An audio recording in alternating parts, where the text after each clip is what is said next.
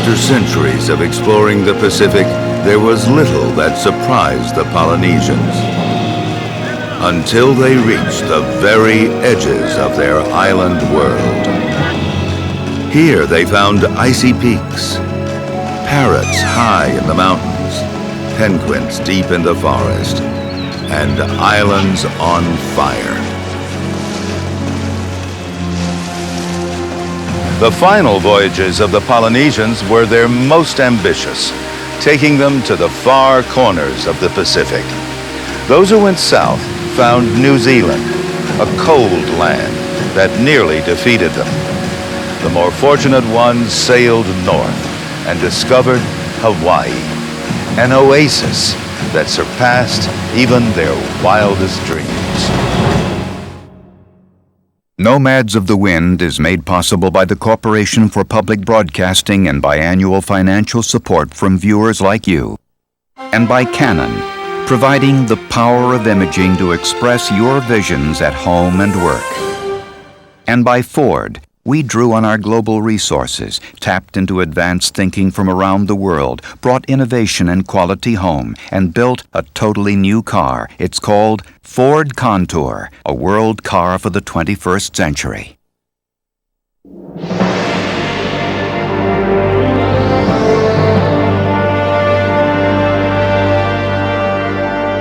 The Polynesian Triangle is like an ancient spearhead thrust across the great Pacific Ocean. Long ago, a voyaging people made this their home. The story of the Polynesians is an epic natural history. Man and nature, each shaping the destiny of the other.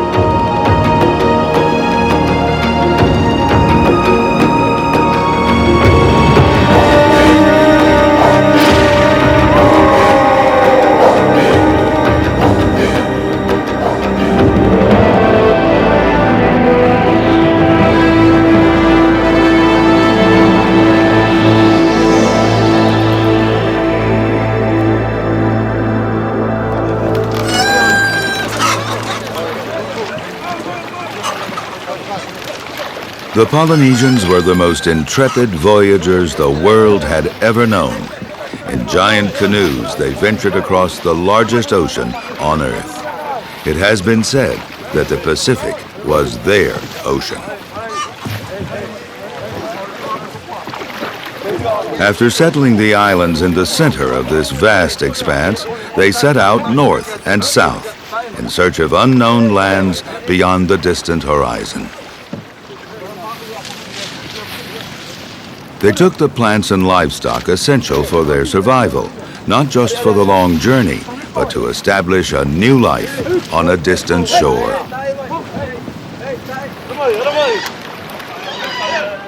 Chickens, dogs, and pigs became reluctant but vital companions on these, the most ambitious voyages of Polynesian exploration.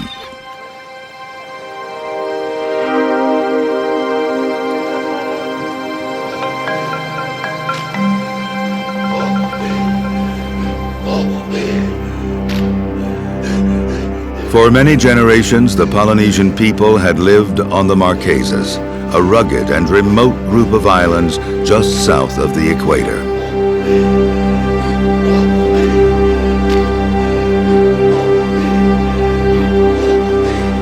Today, they still celebrate the traditions of their seafaring ancestors.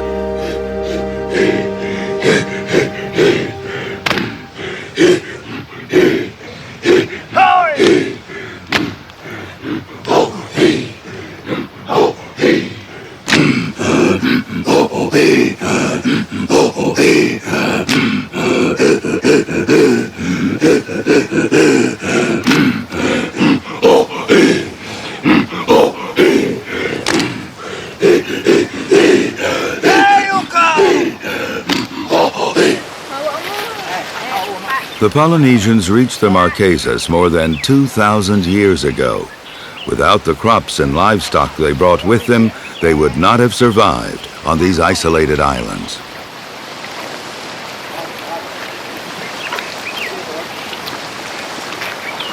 As with all oceanic islands, the forests contained few native animals and plants that they could eat. Breadfruit became a major part of their diet. Nowhere else in Polynesia had the islanders become so dependent on one fruit. They cultivated many different varieties of this prolific tree and devised ways of storing its fruit, which grows as large as a football. It was filled with salt water to help it ferment, then cut in preparation for long-term storage.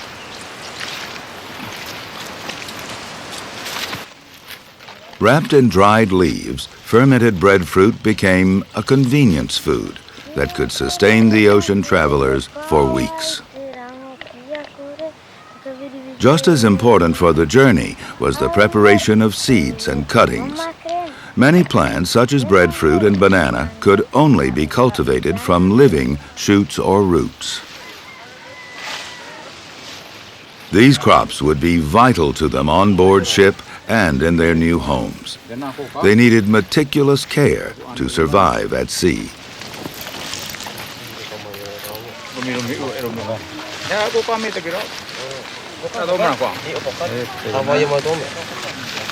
These survival tactics were passed down from generation to generation. As the nomads set sail from the Marquesas in search of a new land, they did not know what lay ahead, but they were equipped for the journey.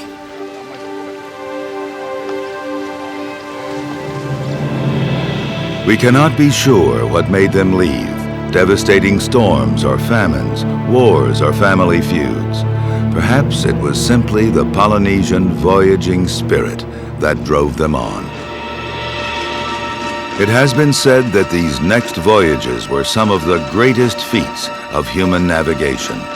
Epic ocean crossings now took them to New Zealand and Hawaii, the most distant corners of the Polynesian Triangle.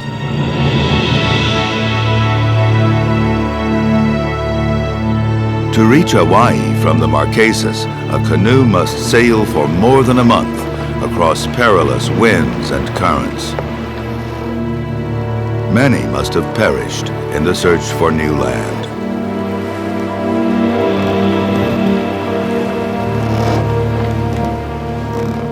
Setting out into the unknown ocean was a demonstration of great navigational skill and an extraordinary act of faith.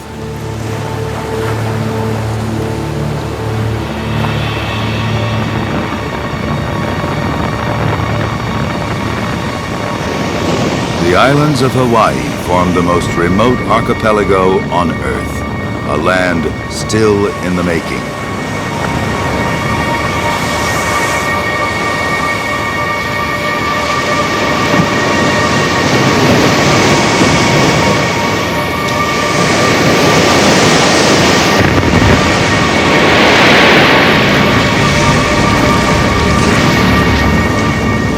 They rise from the depths of the ocean as a chain of fiery volcanoes. A hot spot in the Earth's mantle pumps molten rock through cracks in the ocean floor.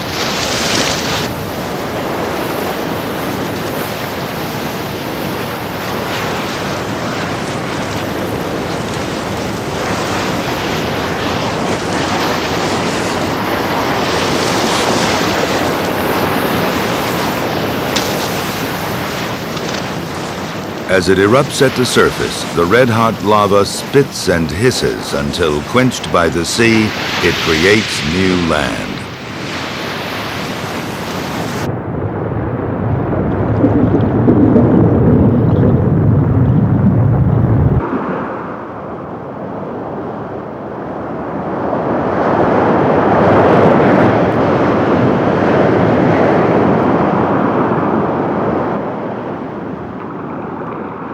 Surprisingly, these turbulent waters will sustain life.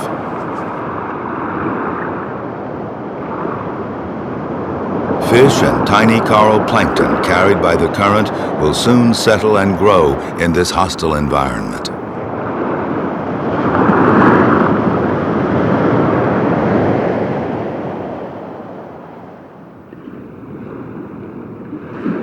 The shallow, sunny waters provide the perfect environment for the formation of a coral reef.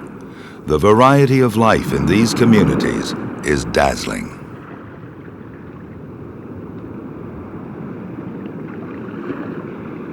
Today, there are 600 different species of fish in Hawaiian waters, some of them found nowhere else on Earth.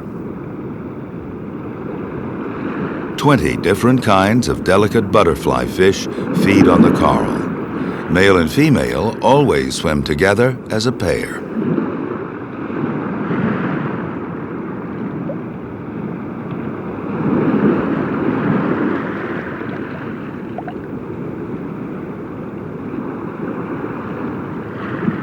But the reef is not always a friendly place.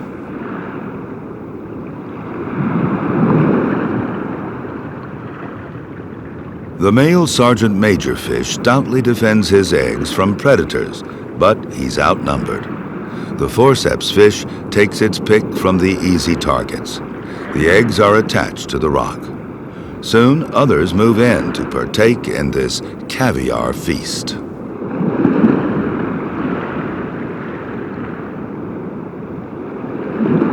The male has mated with many females, and they have all left their eggs in his care. It's a big job, but without his protection, the eggs would have no chance of starting the next generation.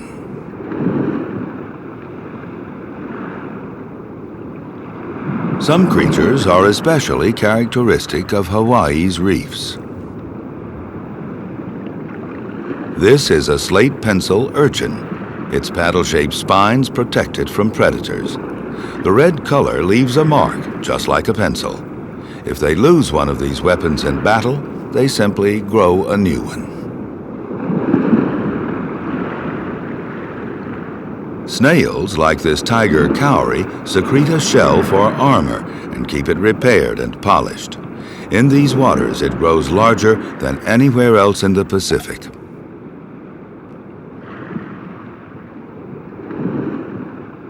Polynesians used these cowries for ceremonial decoration.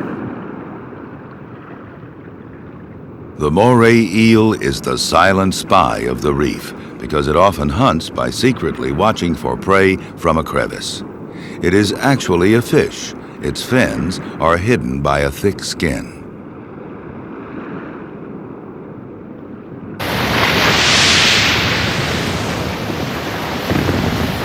The Hawaiian chain stretches for 1,600 miles and is comprised of 132 islands. The eastern end contains the newest and largest islands, including the one known as Big Island.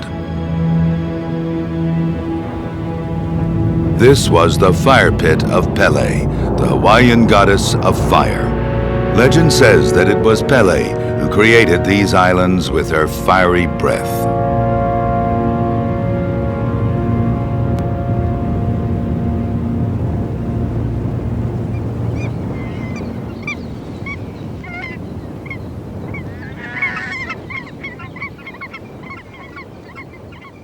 These specks of land are thousands of miles from any continent. Like beacons, they attract life. The immigrants came by chance, carried on the wind, each arrival a triumph. The giant Hawaiian silver sword takes 20 years to reach this height. It flowers once, then dies. A sheen of silvery hairs reflects the intense sunlight that scorches the peaks of the volcano. On a nearby island is the iliao, a relative of the silver sword. It has evolved in its own way to suit the local conditions. The iliao holds its leaves high above the surrounding shrubs, trying to get the sunlight it needs. The iliao and the silver sword evolved from a common ancestor blown in from California, the tarweed. They still retain a sticky substance to protect them from pests.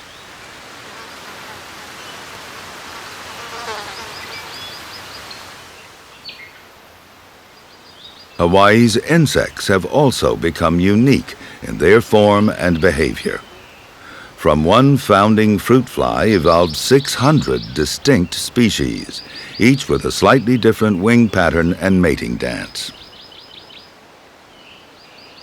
The display is important in establishing both identity and territory. The female will mate only if she recognizes her partner's dance.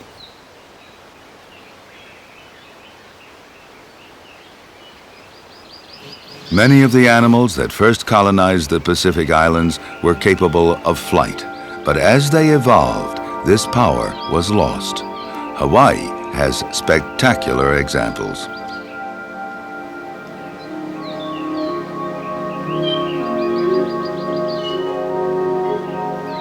This wasp has no wings at all. If it drops its prey, it's unable to take flight and must pursue another meal on foot.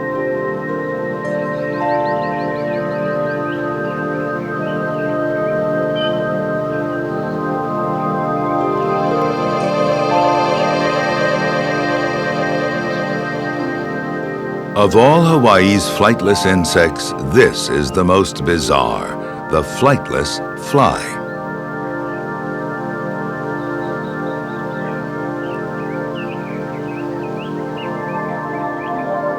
Another unique emblem of Hawaii is the happy face spider. On its abdomen, it carries a permanent smile.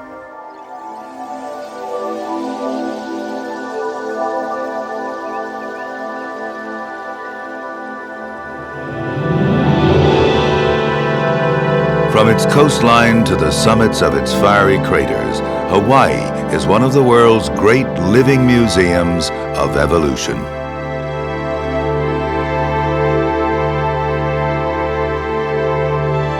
The islands have celebrated their isolation with an explosion of life.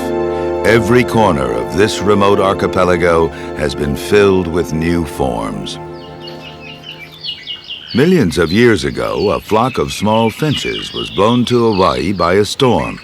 After many generations, they evolved into more than 50 different species. Today, we know them as Hawaiian honeycreepers. The palila, with its heavy bill, perfect for tearing seed pods, is most like the ancestral finch. Just like Darwin's finches on the Galapagos, the Hawaiian finches evolved into new forms, whose specialized bills enable them to exploit different foods. This one, the Akea pala'au, pursues insects. Its bill is ideally suited for probing wood and teasing out grubs.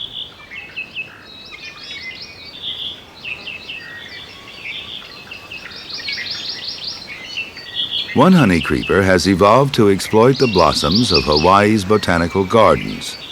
Its bill is perfect for sipping nectar from flowers. The head of the iiwi fits the native lobelias like a hand in a glove.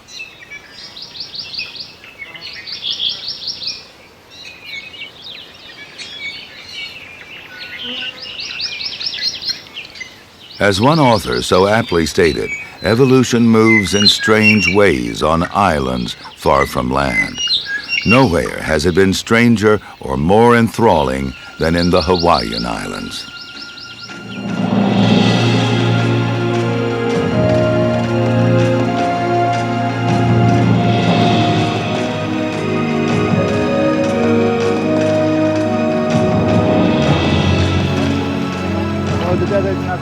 About 1,600 years ago, some Polynesians set sail from the Marquesas Islands and headed north.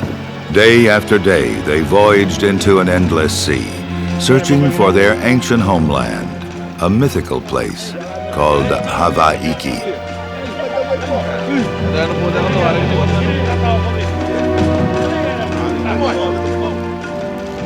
To the first settlers, Hawaii was a dramatic discovery. A land of active volcanoes, bountiful waters, and lush forests.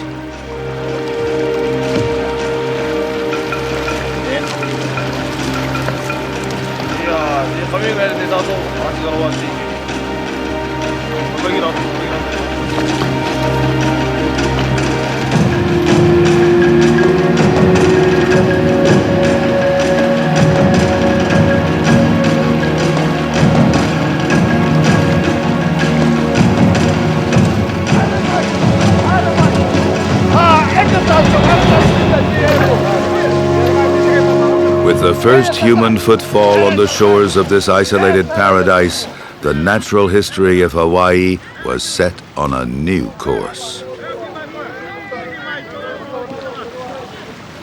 These settlers introduced foreign plants and animals to their new home. Whether by design or by accident, all manner of livestock arrived with the first voyaging canoes. The ubiquitous Polynesian rat and the indispensable domesticated chicken were both traditional foods.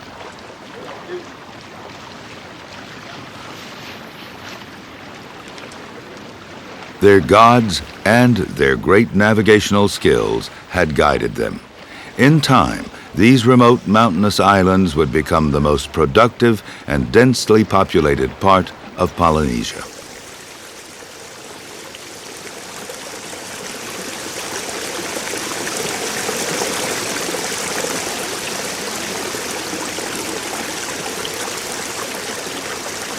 Hawaii's people became Polynesia's most successful cultivators.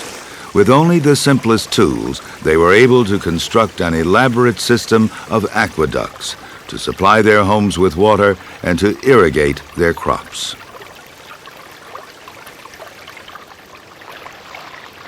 In this land of sunshine and water, their traditional taro plants flourished. Here, farmers developed several hundred varieties, the key to their agricultural success.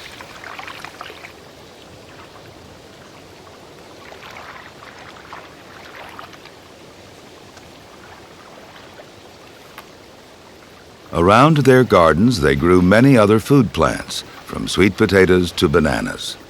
Successive waves of voyagers came with additional crops, including the breadfruit.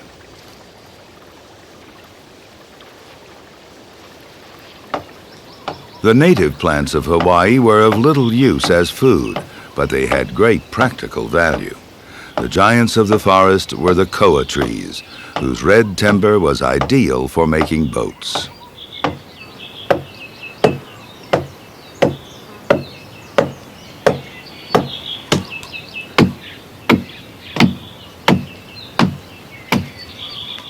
Hawaii's tough volcanic rocks were used to fashion stone tools for sculpting their sacred canoes.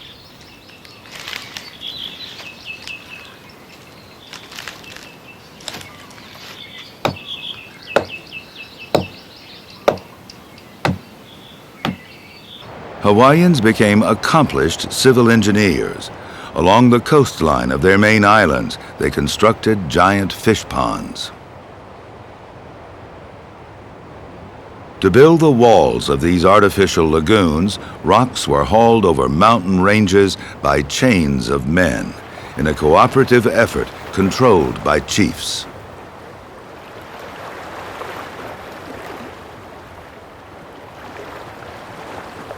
Wooden gates allowed young fish to be carried in by the tide. The fish feasted in these man-made lagoons. In time, they grew too big to escape to the open sea. For the fishermen, there was no easier catch. This technique was so successful that on the Hawaiian island of Molokai, the population gave up fishing at sea and became known as the people without nets.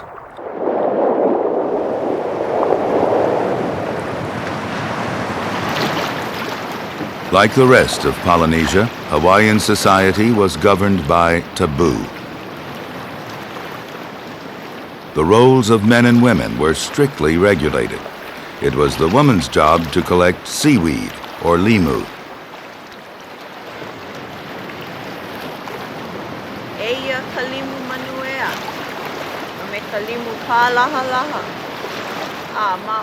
In Hawaii, they harvested 30 different species of seaweed, which they ate uncooked, often with raw fish.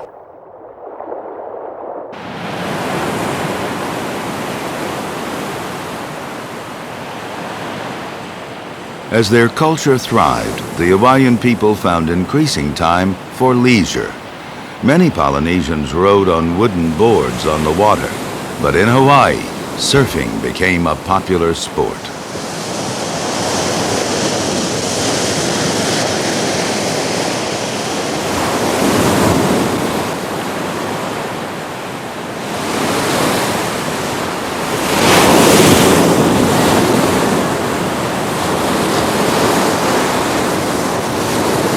Surfboards 18 feet long were made from the wood of the breadfruit tree. Other surfers simply used their paddles or the stern of an old canoe. Men and women from all social classes could enjoy riding the waves.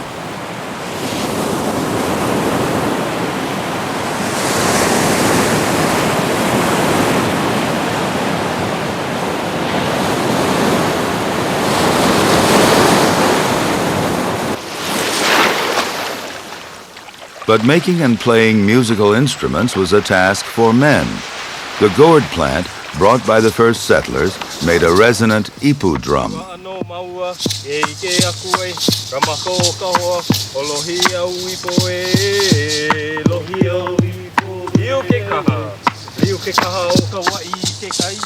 The traditional hula was a sacred dance of strict discipline, performed by men.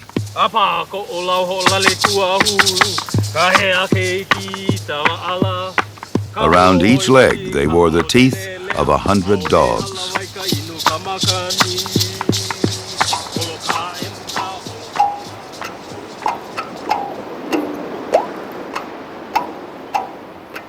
Coconut fiber twisted into strings made a mouth harp called an ukeke.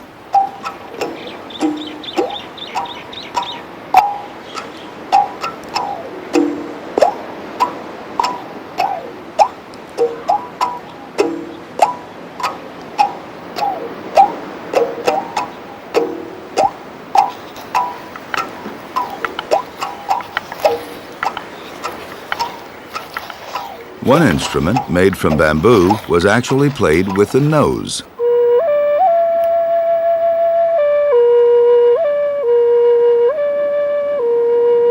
Its haunting tone, combined with the rhythm of bamboo percussion, captured the spirit of ancient Hawaii.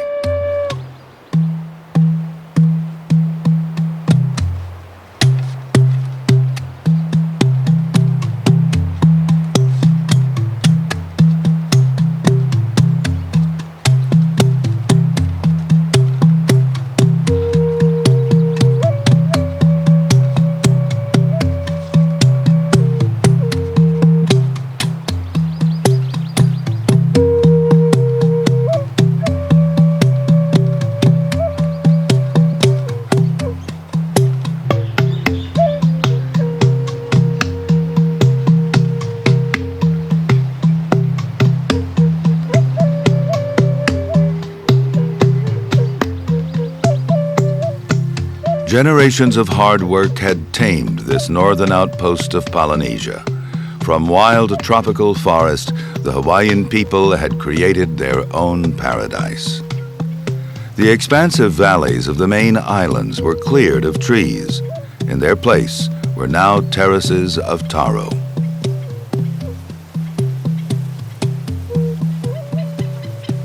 They were such successful farmers and fishermen that the population grew to several 100,000. No other part of Polynesia experienced such prosperity.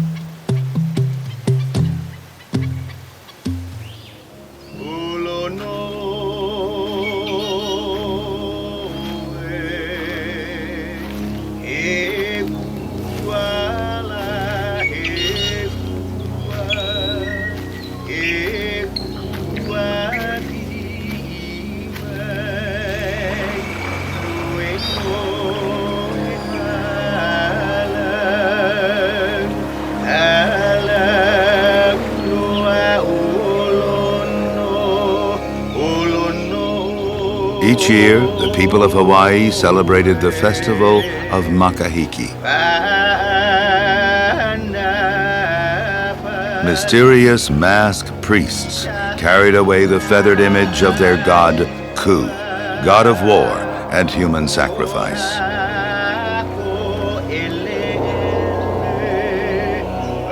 During the festival, people embraced the spirit of a different god, whose image was carved on top of a long pole. Lono was the benign guardian of their land.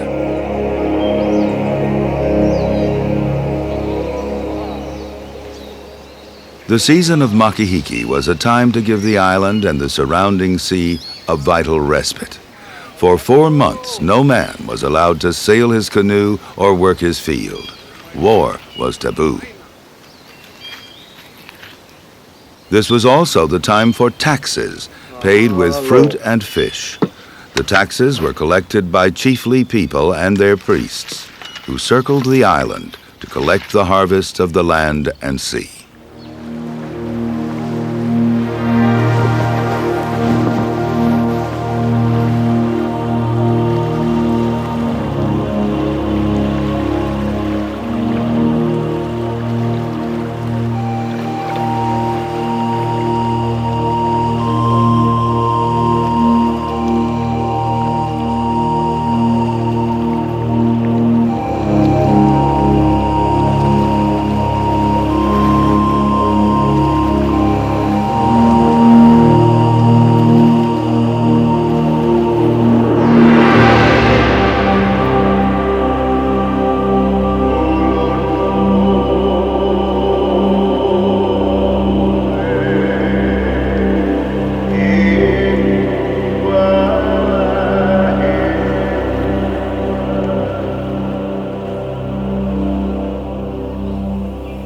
The people of Hawaii celebrated their gods with intricate craftsmanship.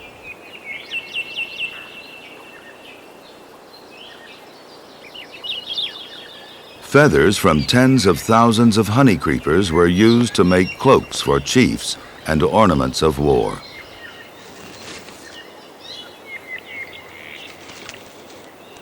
Featherwork is rooted in Polynesian tradition, but the Hawaiians brought new skills to this art. Green feathers symbolize the lush valleys, yellow the golden future, and red the bloodshed of their past. But to support this rich culture, nature paid a price. As in all cultures, the Hawaiians exploited the natural world around them. Relics of a more ancient world lie preserved in caves, reminders of species that did not survive the human impact on these islands. Here lie the skulls and bones of native birds exterminated by the native people of Hawaii. These hunters caused the extinction of half of Hawaii's endemic species of land birds, including 2 kinds of flightless ibis, 8 species of geese, and 18 different honey creepers. 40 unique species were lost forever.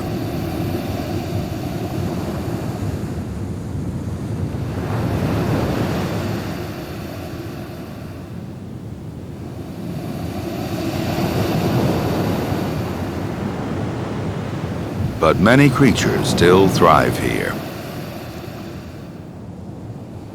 An octopus hides in the caves created by lava rubble from which it will ambush its prey.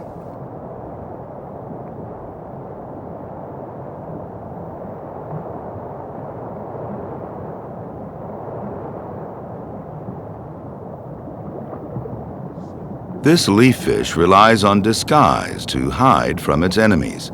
It stays still, gently rocking and rolling in the ocean swell, like a piece of drifting seaweed.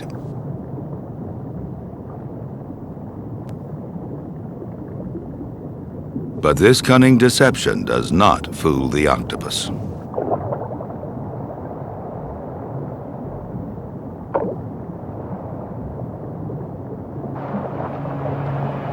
From their small outrigger canoes, Hawaiian fishermen dropped ingenious lures designed to capture an octopus by mimicking its favorite prey.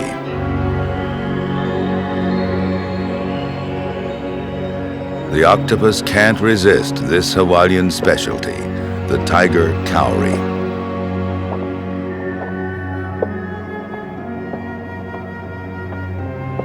A successful lure was a fisherman's prized possession. It had to be strong to withstand the embrace of the octopus. Ornate lures were used throughout tropical Polynesia. They became part of the islanders' stories of voyaging and discovery. One legend tells of a fisherman called Kupe who lived on the sacred island of Raiatea near Tahiti. According to myth, a giant octopus repeatedly stole his bait. Enraged by the loss of his treasured lure, Kupe set off in pursuit of the thief.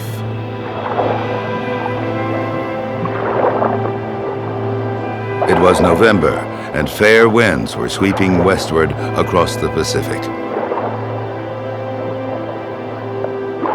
From his home in central Polynesia, the legendary Kupe sailed toward the setting sun.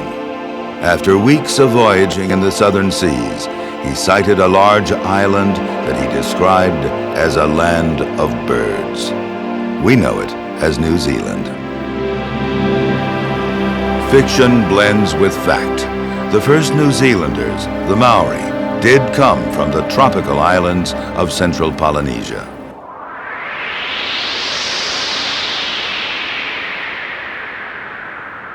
This too was Polynesia, but it was nothing like home.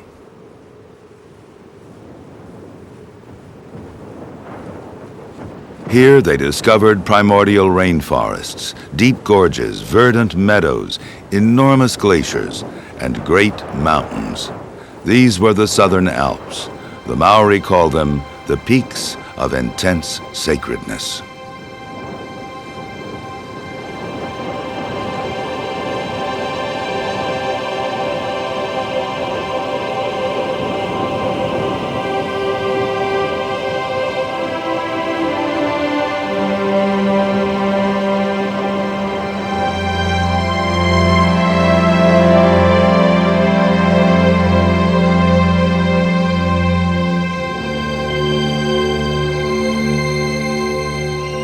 New Zealand was the final uninhabited corner of the Pacific and the last substantial tract of land to be settled by people anywhere in the world.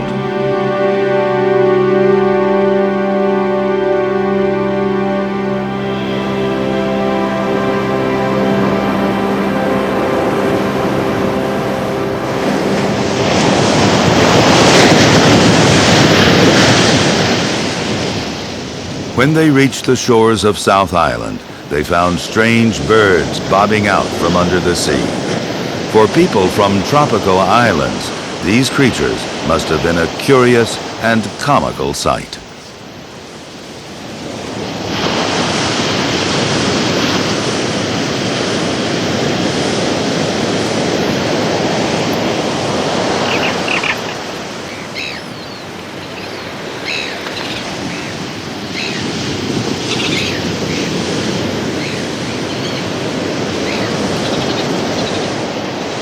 Isolated and home to few predators, New Zealand had become an important breeding ground for many species of ocean birds.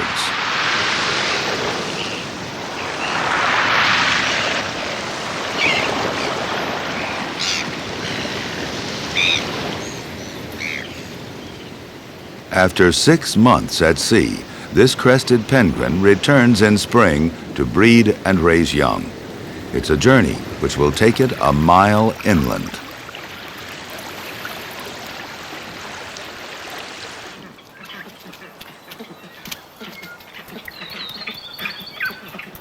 The middle of a forest seems an unlikely place for a penguin colony, but it provides welcome shelter from the wind and sea.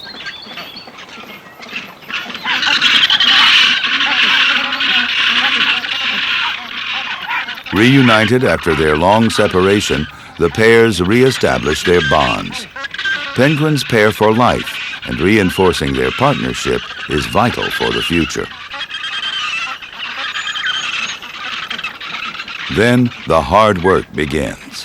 On South Island, one of the wettest places on Earth, nest building is a muddy affair. Once everything is settled at the nest, it's time to head back to the beach. Everyone joins in the march.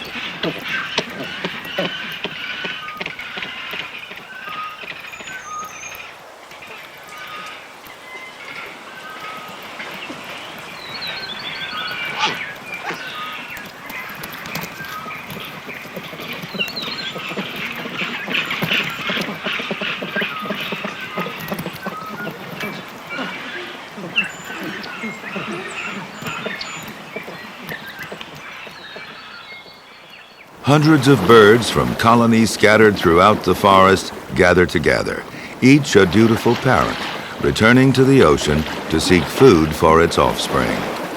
This mass commute between forest and sea continues for about 75 days.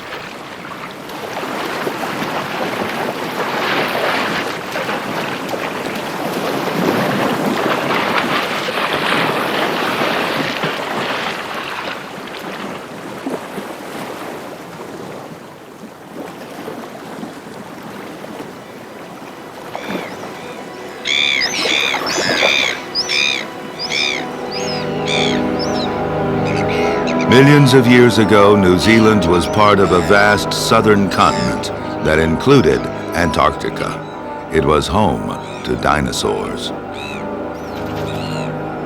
Those Jurassic monsters became extinct long ago, but the tuatara, a living fossil, remains the sole survivor of an entire group of beak-headed reptiles that once ruled the earth.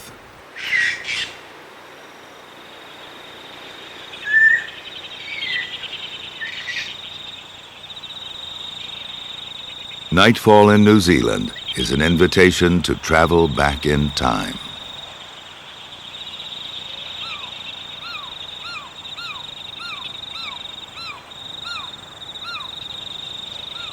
The weta is a primitive insect related to grasshoppers. This is a prehistoric encounter between predator and prey.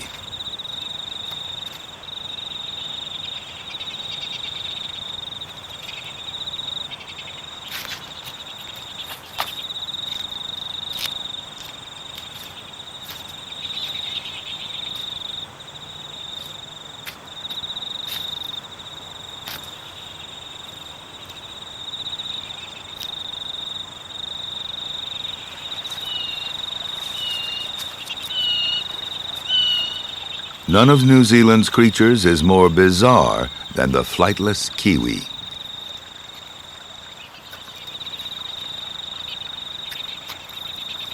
When the Polynesians first arrived, New Zealand had more than 30 species of flightless birds, including giant moa, twice the size of an ostrich. In time, the moa was hunted to extinction, but the kiwi survives. The kiwi is unlike any other bird on Earth. It's the only one known to use smell to find food in the ground. Its tiny wings have claws, its nose is on the end of its bill, and its plumage is like shaggy fur.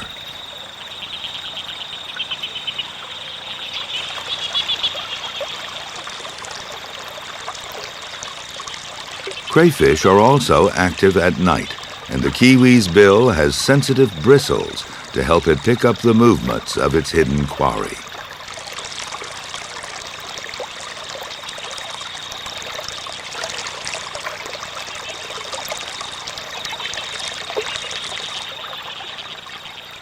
The kiwi, found only in New Zealand, is a relic from the past, an emblem of this ancient group of islands.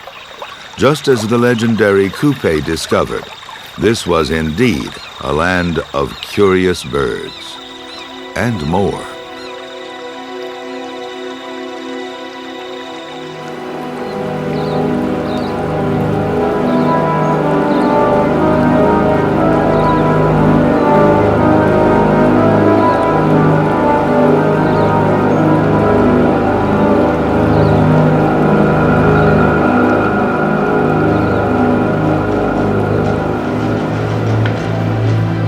A handful of pioneering Polynesians came to this land of birds and prehistoric creatures, intent on making it their home.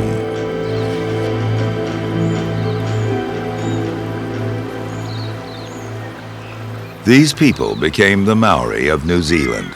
They remained isolated from the outside world for nearly 1,000 years.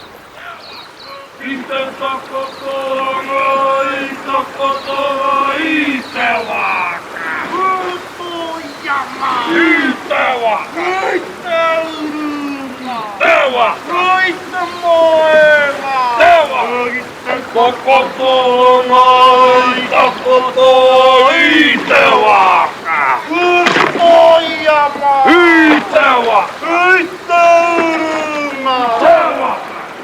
Here in temperate New Zealand, these people from the tropics encountered the unfamiliar rhythms of seasonal change.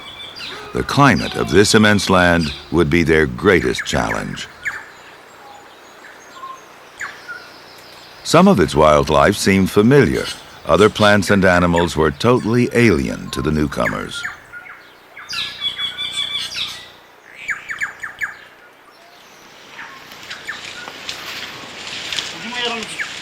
They gave the same names to plants which were similar to those of central Polynesia. These names are linguistic clues to the origins of the first Maori. Although not tropical, the rainforests of New Zealand had palm trees. The tough leaves of the nikau proved just as useful for making baskets and roofing as the palms of the warmer islands of Polynesia.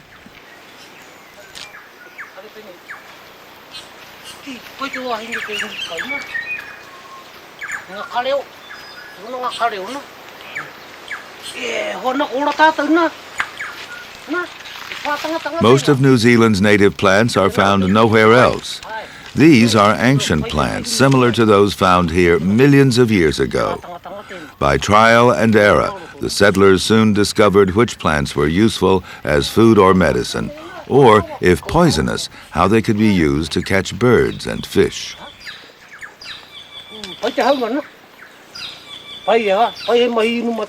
Though not related, this plant has peppery-tasting leaves like the famed kava of the tropics, so they gave it a similar name. In New Zealand today, kawa is still used as a powerful medicine. To this challenging land, they brought their tikis and their gods.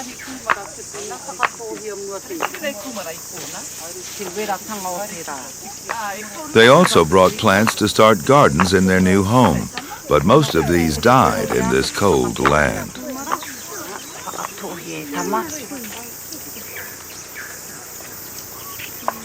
Their pigs and chickens did not survive the voyage south, and only 6 of their crops were able to grow in this foreign soil and harsh climate. Faced with starvation, they ate the roots of the native bracken fern. It was harvested in summer when the starch content was highest and baked into cakes with wild fruits.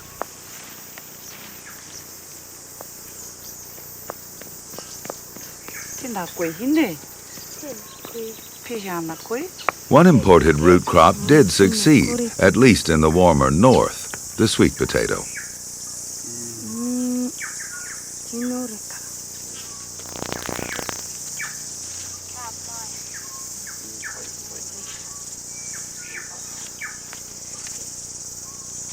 It was stored in specially constructed pits to protect it from frost. The harvest of the sweet potato was a time for rejoicing with games and dances. In some places, it was only eaten on special occasions.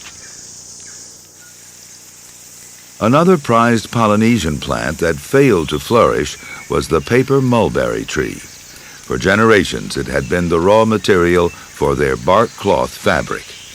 In its place, the Maori found ways of using a native fibrous plant, the flax.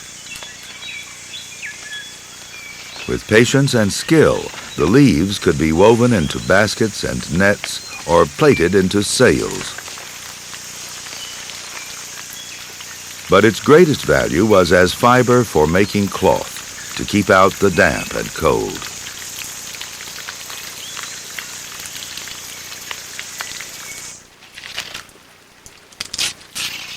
By stripping the plant and rolling its fiber into strands, they could weave its long leaves into a fabric.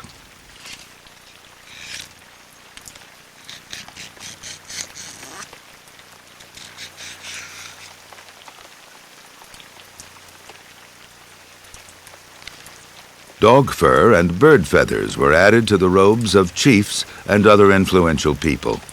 Commoners simply wore the cloth as shaggy capes, which shed the rain and kept out the unfamiliar cold of this new land.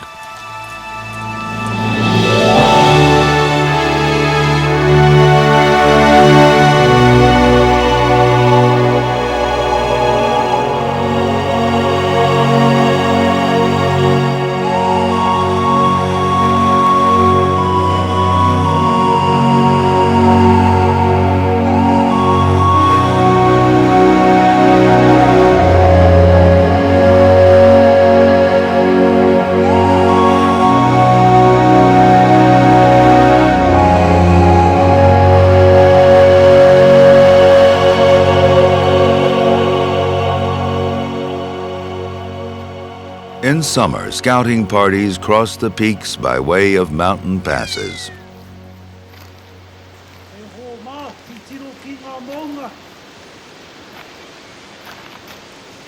For a people whose ancestors had lived for generations beneath blue skies and the shade of tropical palms, this bleak terrain must have felt like another planet.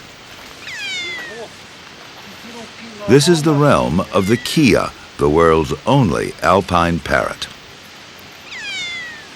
Originally forest dwellers, these birds adapted to life throughout the great range of New Zealand's landscapes.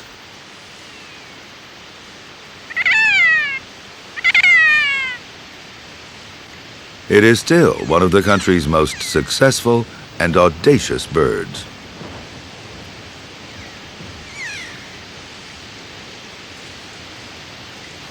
Like the first New Zealanders, the keas had come from a warmer land. But with their innate tenacity, they had adapted and flourished. In time, this ancient land of birds, of parrots and penguins, also became a homeland for people.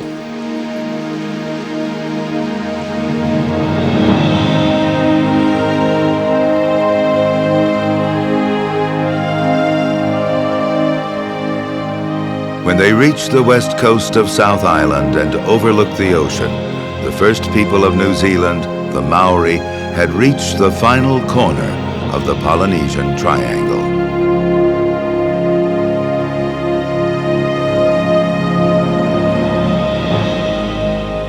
The era of Pacific voyaging was complete.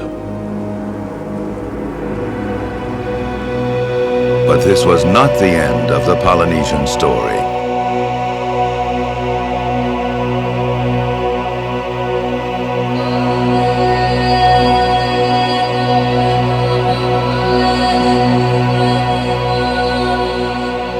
Far beyond the distant horizon was another world.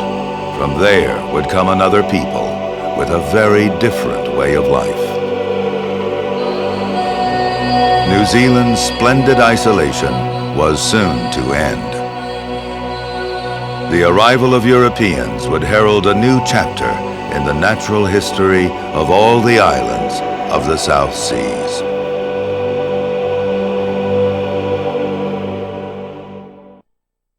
Nomads of the Wind is made possible by the Corporation for Public Broadcasting and by annual financial support from viewers like you.